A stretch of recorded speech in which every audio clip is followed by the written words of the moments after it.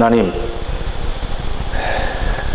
2024년도라는 매듭을 지면서 마지막 주일 예배의 말씀을 대언하려고 합니다. 소선지서를 통해서 저희들이 너무 많은 하나님의 뜻을 발견했고, 또 저희들의 삶의 전환점이 되었던 것을 고백합니다. 오늘도 이 스가랴서를 통해서 주시는 말씀을 깨닫게 하시고, 스가랴 선지자가 마지막 장에서 주시는 귀한 말씀이 이 시간에 대언됩니다. 하나님 말씀하십시오. 저희들은 듣겠습니다. 예수님 이름으로 기도합니다. 아멘.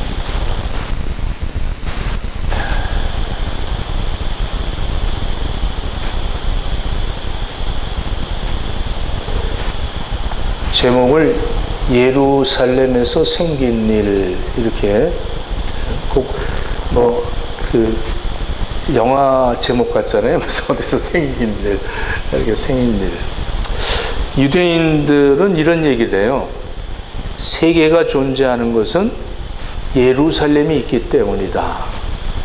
예루살렘이 있는 것은 성전이 있기 때문이다. 이런 얘기를 자주 합니다. 예루살렘에서 초대교회가 탄생이 되었죠. 지금은 예루살렘의 그 성전을 중심으로 하는 것이 아니라 초대교회에 성령이 임하시고 난 다음에 우리가 성전인 것과, 그러니까 우리를 통해서 세계가 존재하고 있다는 것, 이거를 좀 우리가 느끼기를 바랍니다. 그래서 예수님을 만난 사람들에게 반드시 일어나는 일들이 바로 예루살렘에서 생긴 일입니다. 일어난 일, 일어나고 있는 일, 앞으로 일어날 일. 이것은 예수 그리스도를 통해서 예수님을 만난 사람에게 되어지는 일들을 이 예수님 오시기 전 520년에 이 스가랴라는 선지자가 이 말씀을 예언했습니다. 바벨론에서 70년 동안 포로 생활을 하던 이스라엘 백성들이 해방되어서 다시 유대 나라로 돌아오고 성전을 재건하는 때 학개 선지자와 스가랴 선지자가 함께 성전을 건축하는, 재건하는 일에 동참을 합니다. 그런데 학개 선지자는 벽돌로 세워지는 그러한 성전을 건축하는 일에 전념을 했고, 스가랴 선지자는 영적인 성전에 대해서 설명을 하고 있습니다. 그래서 우리가 이 스가랴서를 쭉 지금까지 새벽 기도를 통해서 같이 은혜를 나눴지만, 하나 영적인 이야기들을 합니다. 여호수아의 그 제사장에게 옷을 깨끗하게 씻기라고 그러고, 또 순금 등대, 날아다니는 두루마리, 또 두 막대기, 지난주에 우리 두 막대기에 대해서 같이 은혜를 나눴죠. 간구하는 성령, 성령의 기름 부음, 하나님의 말씀, 선교의 회복, 은혜와 심판, 기도, 이런 전부 영적인 문제들을, 영적인 우리 교회, 이 성전에 대해서 집중적으로 스가랴는 예언을 합니다. 건물이 하나님의 성전이 아니라 영적 성전인 하나님의 성전이 바로 교회인데, 교회가 바로 저와 여러분들이고 교회의 머리가 되신 분이 예수 그리스도시다. 이것을 성경은 말씀하고 있습니다. 오늘 예루살렘에서 생긴 일, 이 예루살렘에서 생겼습니다. 이 일이 생겼는데, 예수님 오시기 전 520년에 스가랴가 예언한 것이 성취되었고, 성취된 것이 오늘 저와 여러분들에게도 성취되어져 가고 있고, 앞으로 되어질 것이라는 것을 설명하고 있습니다. 그러면 그 예루살렘에서 생긴 일이 무엇인가? 또 지금 스가랴는 예수님 오시기 전 520년에 이것이 생길 일이다라고 예언한 이 일은 무엇인가?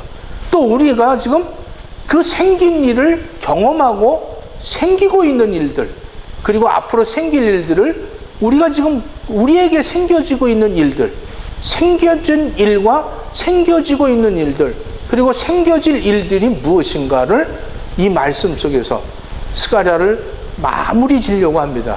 그 첫째가 뭐냐? 그 첫째가 감람산이라는 이 산에서 하나님이 친히 싸우시는 영적 싸움이 있다는 것입니다. 오늘 본문 1절부터 우리 같이 한번 5절까지 한번 같이 읽겠습니다. 여호와의 날이 이르리라. 그날에 내 재물이 약탈되고 내 가운데서 나누리라. 내가 이방 나라들을 모아 예루살렘과 싸우게 하리니 성읍이 함락되며 가옥이 약탈되며 부녀가 욕을 당하며 성읍 백성이 절반이나 사로잡혀 가리니와 남은 백성은 성읍에서 끊어지니 아니라. 그때 여호와께서 나가서 그 이방 나라들을 치시되 이왕의 전쟁 날에 싸운 것 같이 하시리라. 그날에 그의 발이 예루살렘 곧 동쪽 감람산에 서실 것이요 감람산은 그 가운데가 동서로 갈라져 매우 큰 골짜기가 되어서 산 절반은 북쪽으로 절반은 남쪽으로 옮기고 그 산이 골짜기는 에셀과 이를지라. 너희가 그 산 골짜기로 도망하되 유다 왕 우시야 때의 지진을 피하여 도망하던 것 같이 하리라. 나의 하나님 여호와께서 임하실 것이요 모든 거룩한 자들이 주와 함께 하리라. 여러분 보십시오. 감람산에 하나님께서 서시겠다. 이 말씀은 감람산, 예루살렘 성의 동쪽 편에 있는 성전과 마주보고 있는 그런 산입니다. 이 예루살렘을 갖다가, 그러니까 이 감람산을 예루살렘 동편산이라 이렇게도 말하고 멸망의 산이다 이렇게도 얘기를 합니다. 그리고 이 감람산은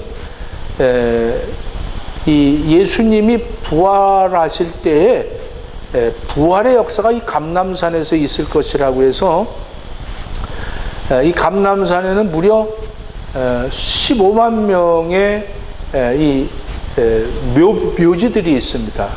이 감람산에 학개, 스가랴, 말라기 선지자들의 무덤도 그곳에 있습니다.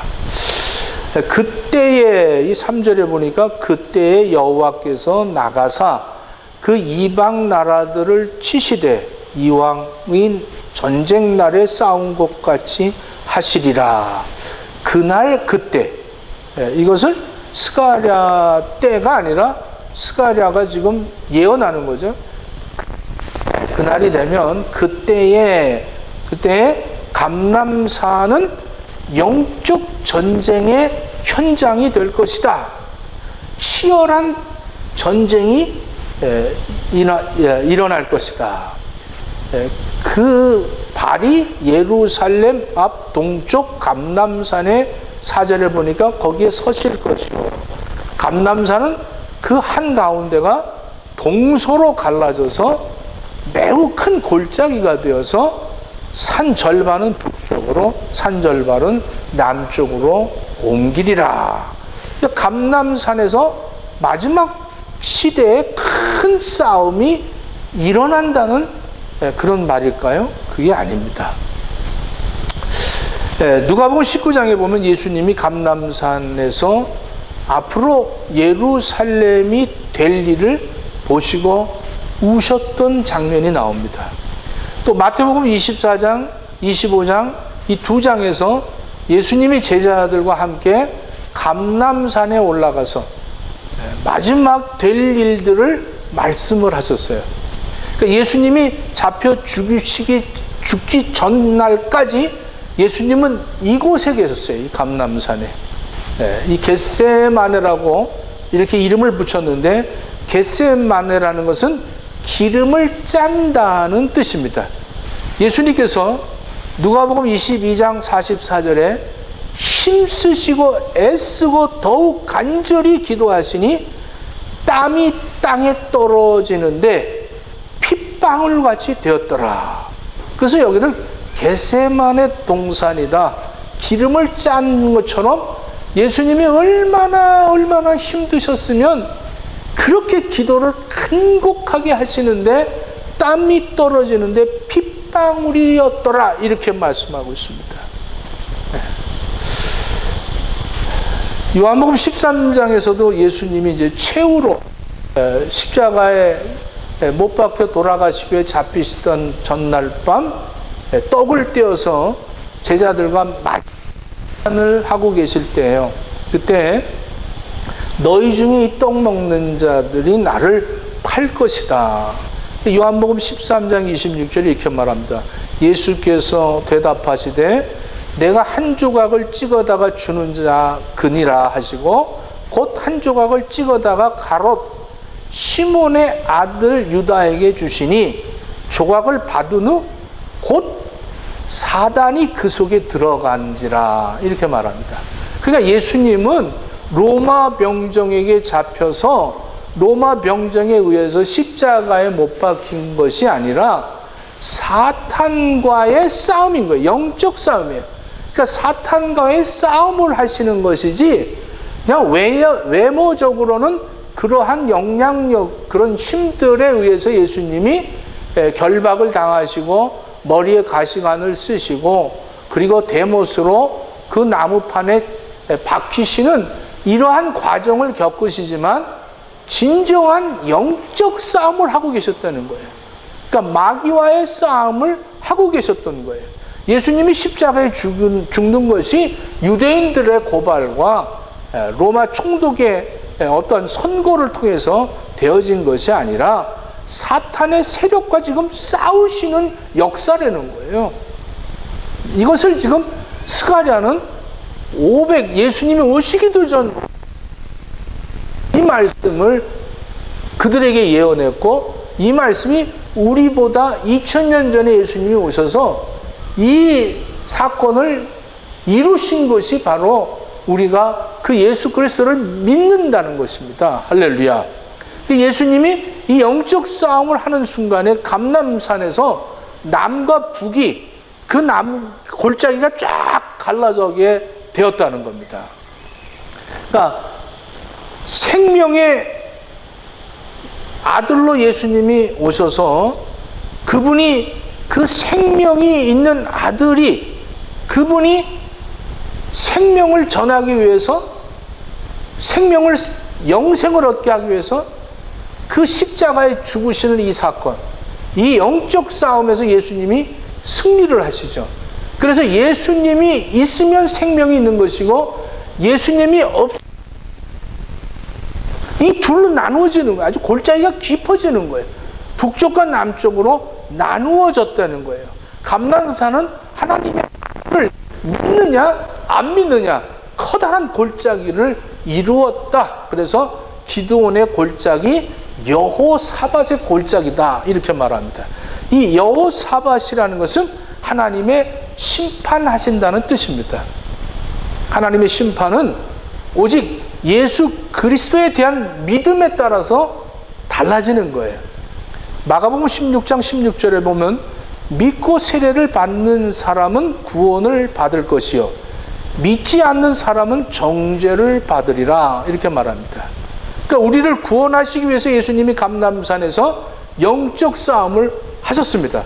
중요한 것은 예수님이 승리하셨다는 거예요. 어떻게 승리하셨어요?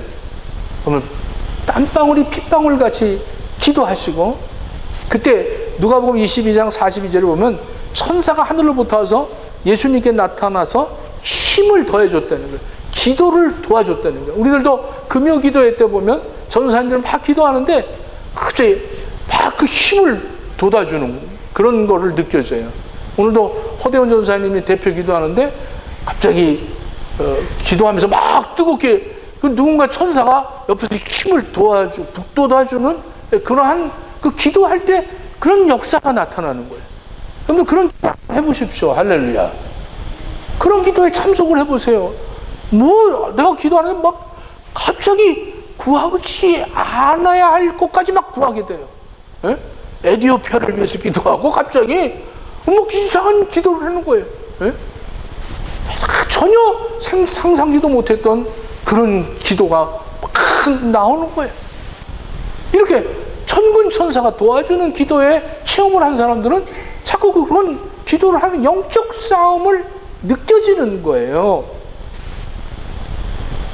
예수님이 피 흘리시면서 영적 싸움에 승리를 하셨습니다. 그래서 예수님이 십자가에 죽으시는 것은 절대 패배가 아닙니다. 영적 승리입니다. 마귀는 예수님을 안 죽이려고 어떻게 했던 거예요. 근데 예수님은 죽으시려고 했던 거예요. 예수님이 이 땅에 오신 목적은 뚜렷했습니다. 우리를 위해서 죽으시고 사흘 만에 부활하시고 승천하시는 거예요. 이게 예수님의 사명인 거예요. 저와 여러분들을 구원하기 위해서, 영생을 주기 위해서 우리가 죽어야 하고 우리의 죄값을 치르는 그 모든 죄값을 다 지불하시고 가셨다는 거예요. 할렐루야. 그러니 그 승리 아닙니까? 이거를 지불하지 못하도록 사탄이 힘든데 왜 어렵게, 너 그런 거 하지 마. 얼마나 이 고통인 줄 아니? 십자가라는 게 이게 죽음이야. 이건 아주 저주받은 인생들이 지는 거야. 이걸 네가 왜 줘야 돼? 네가 그만큼 배웠고 그 많은 수준을 갖고 있는 네가 왜 그렇게 바보처럼 십자가를 지는 거야? 너 바보니? 멍청이니? 이러면서 사탄이 우리에게 자꾸 고발하고 고소하고 우리를 부추길 때에, 그때에 우리는 기도해야 돼요. 그리고 십자가를 줘야 되는 거예요. 그리고 내가 찢어져야, 그래야 갈라져야 되는 거예요. 이것이 바로 예루살렘에서 생긴 일입니다. 우리 교회에서 생긴 일이에요. 나에게 생긴 일이고 지금도 생겨지고 있고 앞으로도 생겨질 일입니다. 이게 예루살렘에서 생겨진 일이에요. 예루살렘에서 일어난 일이에요. 우리는 그렇게 기도해야 돼요. 우리는 그래서 십자가를 지고 날마다 주님을 따라가는 거예요. 근데 그 십자가 지기 싫잖아요. 조금만 하면 또 상처받고, 상처는 얼마나 많은지, 예? 여러분 한 해 동안 상처받은 게 얼마나 많겠어요? 안 죽어서 그래요. 안 죽으려고 그러는 거예요. 어떻게든지 살아보겠다는 거예요. 그래서 섭섭하고, 예? 그래서 불평하고 불만이 넘쳐나는 거예요. 어떻게 하면 헤어져 보고 싶을까? 어떻게 하면 떠나보고 싶을까? 어떻게 해볼까? 별궁리 꿍꿍거리는데 금요기도회 때 또 나서 기도하면은 하나님 잘못했습니다. 용서해 주십시오. 막 울면서 또 기도하고 또 새 힘을 얻네요. 그리고 십자가 또 지는 거예요. 이게 날마다 지내는 거예요. 살아있는 동안 날마다 지내는 거예요. 그 우리에게 생기고 있는 일 아니겠어요? 여러분들에게 생기고 있는 일 아닙니까? 할렐루야. 여러분들이 예루살렘이에요. 두 번째로 예루살렘에서 일어난, 그러니까 스가랴가 지금 예언하고 있을 때는 예루살렘에서 일어날 일이었고, 우리는 예루살렘에서 일어난 일, 예루살렘에서 지금 일어나고 있는 일. 굉장히 어려운 것 같은데 쉬워. 계속 이거는 반복되고 있는 생긴 일입니다. 자, 8절을 한번 같이 읽겠습니다. 8절 말씀 함께 읽습니다. 시작. 그날에 생수가 예루살렘에서 솟아나서 절반은 동해로 절반은 소해로 흐를 것이라. 여름에도 겨울에도 그러하리라. 그날에는 예수님이 오셔서 이렇게 못 박혀 죽으시고 난 다음에 일어날 일입니다. 이 날이 바로 예루살렘에서 영적 싸움을 하시고 예루살렘에서 생수가 흘러 넘치게 된다는 거예요. 그래서 동쪽으로 서쪽으로 여름이고 겨울이고 항상 솟아난다는 거예요. 여러분들 물이 우리에게 얼마나 소중한지 모릅니다. 우리 호주에 살고 있으면서 여러분들은 그냥 수도 꼭지만 탁 틀면 물 나오고 샤워할 수 있고 마실 물이 넘치지 않습니까? 그러나 물이 없는 나라들이 지금도 얼마나 많은지 몰라요. 한번 영상을 하나 보도록 하겠습니다. 이게 인도입니다.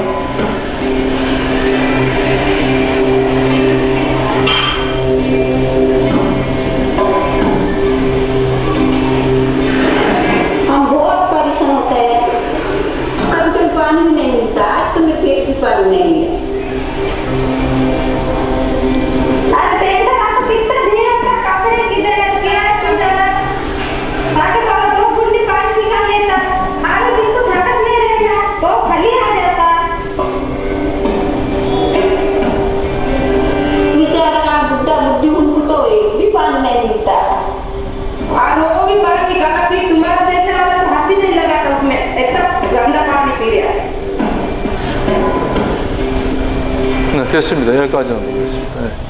그 인도에 물이 없어도 큰 그 웅덩이에 그 우물에서 물을 퍼 길려는데 물이 깨끗한 맑은 물이 아니에요. 우리는 마실 수 없는 물이에요. 근데 그런 물이라도 안 마시면 살아갈 수가 없기 때문에 그런 물을 마시죠. 사람의 몸은 물로 되어 있습니다. 이 태어날 때까지 10개월 동안 어머니의 그 배 양수에서 10개월을 살게 됩니다. 그리고 노인이 되어도 우리 몸은 60%가 물입니다. 그래서 우리 몸에 물이 한 2%만 없어져도 아주 심한 갈증을 갖게 되고 괴로움을 갖게 되고 3%가 부족하면 맥박이 뛰기 시작합니다. 그리고 호흡 곤란이 옵니다. 5%가 부족하게 되면 정신이 혼미하게 됩니다. 그리고 12%가 부족하면 사망까지도 이르게 된다는 거예요. 그러니까 육신의 생명을 위해서는 반드시 물이 필요하다는 거예요. 살기 위해서 우리는 물을 마시는 거예요. 물이기 때문에, 물로 되어 있기 때문에 물을 자주 마시는 거죠.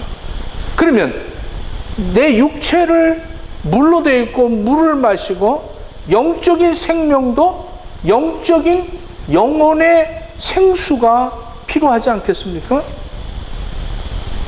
오늘 8절에 그날의 생수가 이렇게 말합니다. 그러니까 생명수가 예루살렘에서 솟아난다는 거예요. 이게 솟아난다. 이 고인 물이 아니라 이 물이 솟아나는 물이라는 거예요. 그러니까 부엘을 하면 부엘세바, 이건 우물물이에요. 물이 고이는 그런 물입니다. 그런데 이 N이라는 것은 솟아나는 물입니다. 이 반석에서 막 솟아납니다.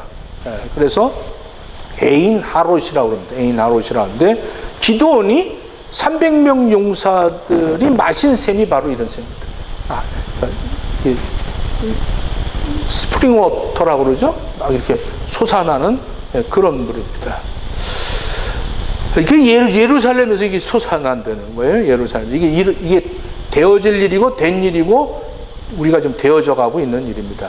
요한복음 4장 14절에 내가 주는 물은 그 속에서 영생하도록 솟아나는 샘물이 되리라 이렇게 말씀합니다. 그러니까 예수님이 주시는 이 생수는 내 속에서 솟아나는 거예요. 내가 무슨 떠다 먹는 거고 그런 것이 아니라 내 속에서 솟아난다는 거예요. 그러니까 옛날만 솟아난 게 아니라 지금도 솟아나고 있다는 거예요. 그럼 이 생수는 뭐냐? 이 생수는 에레미야서 2장 13절에 보니까 내 백성이 두 가지 악을 행하였나니 곧 그들이 생수의 근원되는 나를 버린 것과 그랬어요. 그러니까 생수의 근원은 하나님이시라는 거예요. 그러니까 이스라엘 백성들이 하나님을 버렸다는 것을 설명하는데 그들이 생수의 근원인 나를 버렸다. 그러니까 하나님은 생수의 근원이십니다. 그리고 예수님은 생수십니다. 생수. 생명의 그 물로 예수님이 오셨어요. 그러면 성령님은 누구냐? 성령님은 강이십니다. 생수가 흐르도록 강을 만들어 놓으신 거예요. 이렇게 쉽게 설명하는 목사는 없을 거야. 하나님이 생수의 근원이고 솟구치게 하고 그 생수는 예수님이고 예수님을 흐르게 하는 것이 성령님이라는 거예요. 생수의 근원이신 하나님이 생수이신 예수님을 통해서 생수의 강을 흐르게 하신다. 요한복음 7장 39절에 이렇게 말합니다. 그 배에서 생수의 강이 흘러나리라. 이렇게 말합니다. 그러니까 생수가 속에서 솟아난다는 거예요. 여러분들 나 목사가 배가 좀 나와서 더 많이 나른다. 이게 아니라 육체의 배가 아니라 여러분들이 또 육체의 배인 줄 알고 이놈의 배 생수 이렇게 생각하면 큰 오산이야. 여러분들 착각하지 마십시오. 이 배는 영적인 내가 하나님의 말씀을 받는 하나님의 그 떡과 살을 먹고 마시는 그러한 영적인 배인 거예요. 그 배가 고플 줄도 알고 부를 줄도 알고 이런 영적인 그런 참 하나님 앞에 향하는 삶입니다. 이것은 뭐냐면 내 속에서 예수님이 생수가 넘쳐난다는 거예요. 예수님이. 그렇게 되길 바랍니다. 이 말씀 준비하다가 우리나라 그 최건농 목사님 그게 생각이 나더라고요. 그 일본 사람들한테 핍박을 받을 때 때리니까 예수천당 불신지옥을 외쳤던 분이죠. 근데 딱 때리면 예수천당, 딱 들으면 예수천당, 시게 때리면 예수천당, 살살 때리면 예수천당. 그러니까 넌 속에 뭐가 있냐? 그러니까 하하 난 배에 예수가 있다 이러면서 예수천당을 그렇게 외치신 분이죠. 그 맑고 깨끗한 하늘의 물소리가 내 속에서 나온다. 기가 막힌 거 아니에요? 우리가 스가랴서 13장 1절에도 똑같은 말을 했어요. 그날의 죄와 더러움을 씻는 샘이 다윗의 족속과 예루살렘 주민을 위해서 열리리라 그랬어요. 열린다는 거예요. 요한복음 4장 14절에 내가 주는 물을 마시는 자는 영원히 목마르지 아니하려니와 내가 주는 물은 그 속에서 영생하도록 솟아나는 샘물이 되리라. 이렇게 말합니다. 샘물이 된다는 거예요. 넘쳐나는 물이 된다. 여러분 예수님 만난 사람들은 예수님이 나에게 임하셔서 나를 위해서 그렇게 기도하시고 나를 위해서 십자가에 죽으신 그분을 내 안에 모신 사람들은 이렇게 되어지는 거예요. 샘물이 넘쳐나는 거예요. 그래서 세상 사람들의 영향력을 받는다든가 기분에 의해서 움직인다든가 물질의 현혹을 받는다든가 그런 게 아니에요. 그것은 이 샘물은 깨끗한 물인 거예요. 깨끗한 영생을 얻을 수 있는 생명수라는 거예요. 그러니까 내 영혼이 살려면 이 예수님을 마시고 이 예수님이 솟아나야 된다는 말입니다. 그 전래 동화에 그런 얘기가 있어요. 이상한 샘물. 파랑새가 그 할아버지 나무하러 올라갔는데 파랑새가 이 지게에 앉잖아요. 그리고 너무 예쁜데 그 파랑새가 인도를 합니다. 파랑새가 어떤 샘물에 이렇게 앉았는데 그 샘물을 너무 쳐나니까 이 할아버지가 아주 그 늙은 할아버지인데 샘물을 마셨어요. 여러분들 전래동화 알죠? 마셨더니 이분이 젊어졌어요. 근데 저녁이 됐는데도 안 나오니까 할머니가 이 할아버지를 찾으러 이렇게 가는데 웬 총각이 내려오니까 놀란 거예요. 그러면서 총각이 자기 보고 할망구 이러니까 너무 놀랐는데 그 얘기를 듣고 할머니를 데리고 그 샘에 가서 그 물을 마셔서 할머니도 아가씨같이 됐어요. 내가 이거 좀 동화 얘기하고 있어서 좀 미안한데, 그 둘이 할망 너무 기뻐서 내려왔는데, 고약한 할아버지가 그 동네 같이 있었는데, 이 얘기를 듣고 몰래 거기로 올라가서 계속 퍼마신 거예요. 근데 이 할아버지가 밤새 안 나오니까 이 할아버지 이제 젊은이가 됐는데, 거기로 올라갔더니 아기가 응애 하고 울더라는 거예요. 그래서 이 젊은 내외가 그 아기 된 할아버지를 데리고 와서 살았다, 이런 얘기가 있어요. 오늘 제가 왜 이 얘기를 하자면,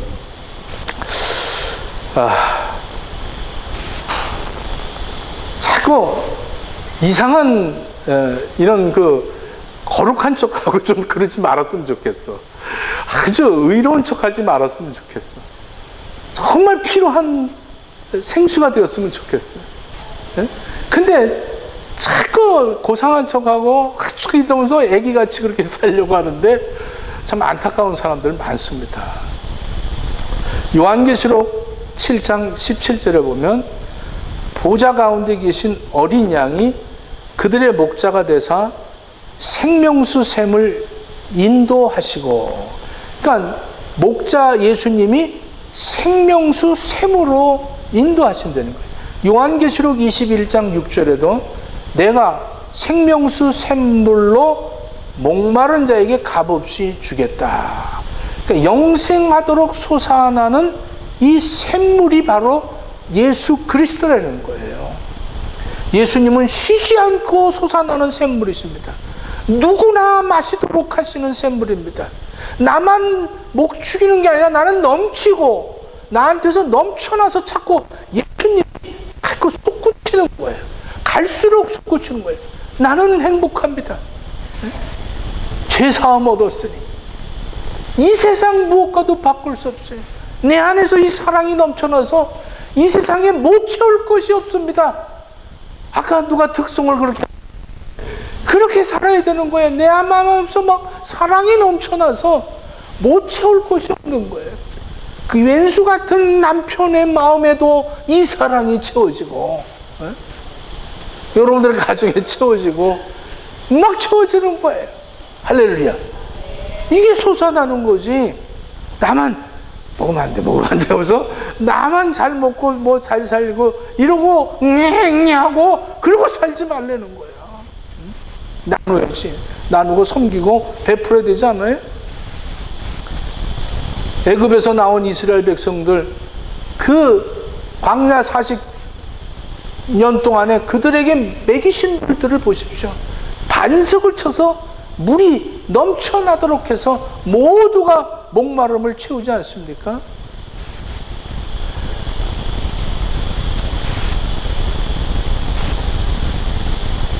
좀 잘라야 될 것 같아요. 너무 많아서 안 되겠어. 새벽에 마지막 2024년 마지막 그 31일 새벽에 이 남은 말씀을 또 잘, 그때는 이제 줌으로도 꼭 참석을 하십시오. 자, 이렇게 이스라엘 백성들에게 이 생수를 주신다, 이렇게 말씀을 합니다. 물이 아니라 생수라는 거예요. 한 말씀만 하고 마치겠습니다. 이 아프리카의 사바나라는 것은, 이 사바나는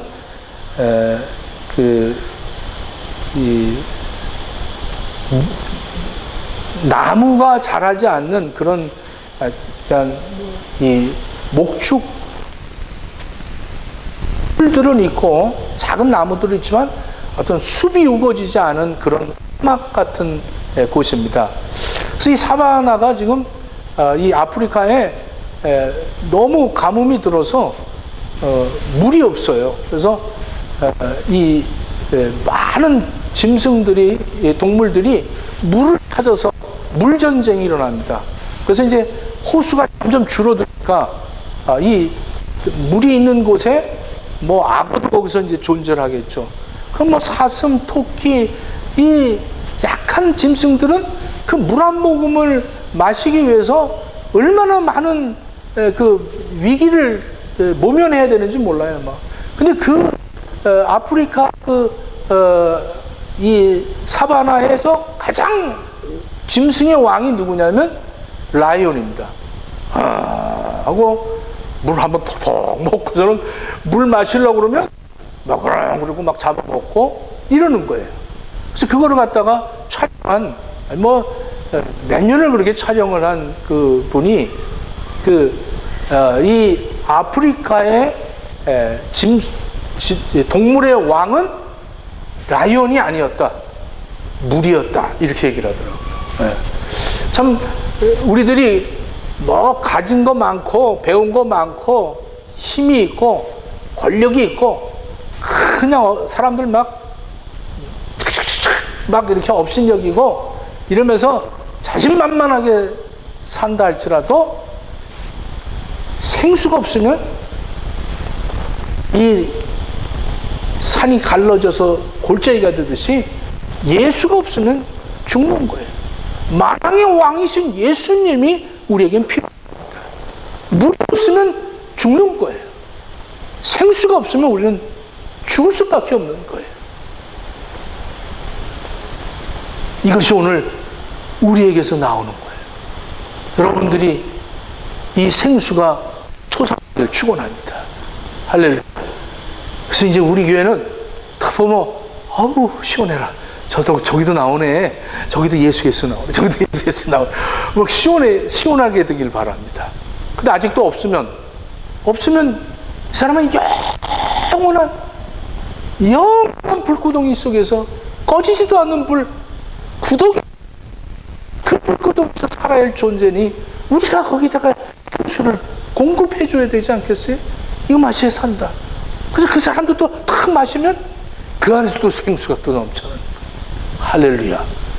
생각만 해도 기쁩니다. 이러한 역사가 예루살렘에서 생긴 일입니다. 거기서 솟아났어요, 생수가.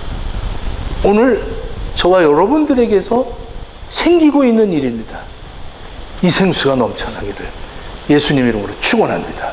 기도하겠습니다. 물이 없으면 아무것도 존재할 수 없습니다. 생명샘이 없으면 돈이, 권력이, 지식이, 명예가 아무것도 아닙니다. 샘물과 같은 보혈은 주님의 피입니다. 보혈의 죄를 씻으면 정하게 됩니다. 하나님, 우리를 위해서 십자가에 독생자를 못 박아 죽이시고 그 보혈로 우리를 정결케 하시고 이제 샘이 솟아나는 생명수의 근원을 만드시는 그 축복을 저희들이 체험하였는데 하나님, 생수가 넘쳐나는 복된 삶을 살아갈 수 있도록 허락해 주시옵소서. 예수님 이름으로 기도합니다. 아멘.